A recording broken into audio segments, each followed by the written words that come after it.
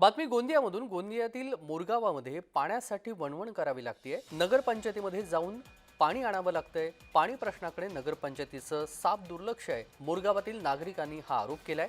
शेतकऱ्यांचा आंदोलनाचा इशारा देखील देण्यात आलेला आहे. नगरपंचायतीमध्ये पाणी आणण्यासाठी जावं लागतंय. पाणी प्रश्नाकडे नगरपंचायतीनं दुर्लक्ष केलेलं आहे. अंडाभर पाण्यासाठी महिलांची वणवण पाहायला मिळते. मोरगावातील नागरिकांनी हा आरोप केलेला आहे. वार्डामध्ये पण पाण्याची समस्या खूप आहे आणि पिण्याच्या पाण्याचा पण खूप प्रॉब्लेम जाते.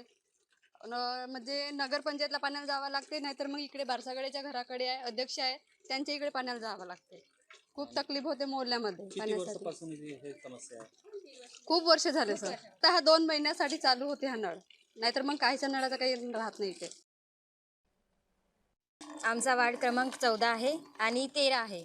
इथं पाण्याची प्रॉब्लेम आहे. आम्हाला पिण्याच्या पाण्याची तर नेहमीच प्रॉब्लेम आहे, कारण आम्हाला नगरपंचायतजवळ नेहमी पाण्याला जावं लागते पिण्याच्यासाठी.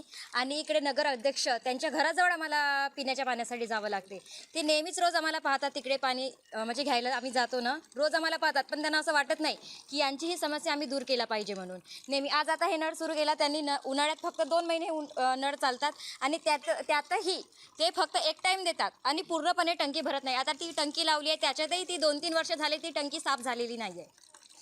आणि सगळ्यात जास्त आमचे हे रोडाचेही प्रॉब्लेम आहेत. आमचे रोड फुटले आहेत, हे चेंबर फुटले आहेत नाल्यांचे, ते पण सुद्धा त्यांनी बरोबर केलेले नाही आहेत.